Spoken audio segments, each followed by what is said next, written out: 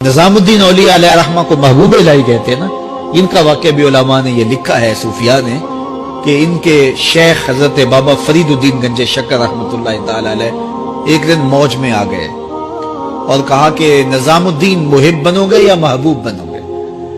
تو یہ بڑی خدمت کرتے تھے اپنی شیخ کی، تو کہا کہ محب بنو گے یا محبوب؟ تو کہا حضرت اگر اجازت ہو تو اپنی ماں کو نہ پوچھاؤں. اللہ اکبر! ان لوگوں کی مائیں بھی تو صاحب حال ہوا کرتی تھی. تو کہا کہ اگر اجازت ہو تو اپنی ماں کو نہ پوچھاؤں کہ محب بننا ہے یا محبوب بننا ہے؟ کہا جاؤ تمہیں اجازت ہے. تو گھر کی طرف روانہ ہوئے.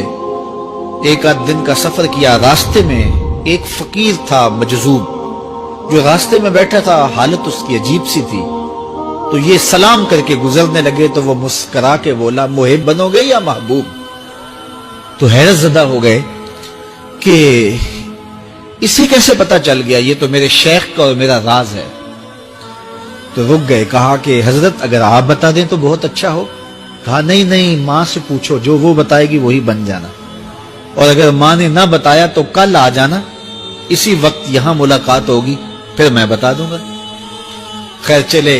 رات کو پہنچے، والدہ کی خدمت میں سلام پیش کیا، پاؤں دبائے اور کہا کہ شیخ موج میں آ گئے اور کہا محب بنو گے محبوب بنو گے؟ تو میں نے کہا ماں سے پوچھ لوں. تو میں اماں جی آپ سے پوچھنے آیا ہوں، راستے میں یہ واقعہ بھی ہوا.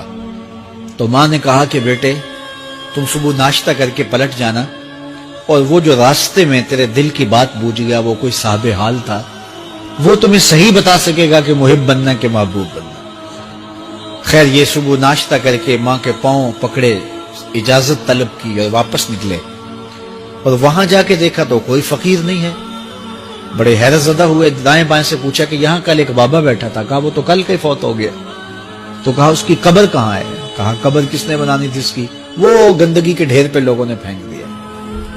دل میں بڑے حیرت زدہ ہوئے. اتنا باکمال تھا، لیکن اپنی حالت یہ. خیر وہاں چلے گئے اور جا کے کھڑے ہو کے پوچھنے لگے بندہ خدا دل کی باتیں بوجھتا تھا اور میرے ساتھ وعدہ کیا تھا کہ اگر ماں نے نہ بتایا تو کل آنا، اور اپنا پتہ ہی نہیں تھا کہ کیا ہونے والا ہے. یہ بات کہی تو بابا اٹھ کے بیٹھ گیا. عرش فرش تے بانگا ملیاں تے مکے پہ گیا شور، بلے شاہ سا مرنا نہیں تے گور پیا کوئی ہور. ہاں اٹھ کے بیٹھ گیا اور کہا کہ نظام الدین محبوب بننا محب نہ بننا. محبوں کا یہ حال ہوتا ہے، نہ کفن ملتا ہے نہ دفن ملتا ہے. محبوب بنو گے تمہاری قبر پہ بھی میلے لگیں گے. فَاتَّبِعُونِي يُحْبِبْكُمُ اللَّهُ. اگر حضور کی اطاعت کرو گے، حضور کی فرما برداری کرو گے تو تم محبوب بن جاؤ گے. جب کوئی حضور کا ہو جاتا ہے تو رب اس کو اپنا محبوب بنا لیتا ہے. تو حضور کی محبت خدا کی محبوبیت کا ذریعہ ہے.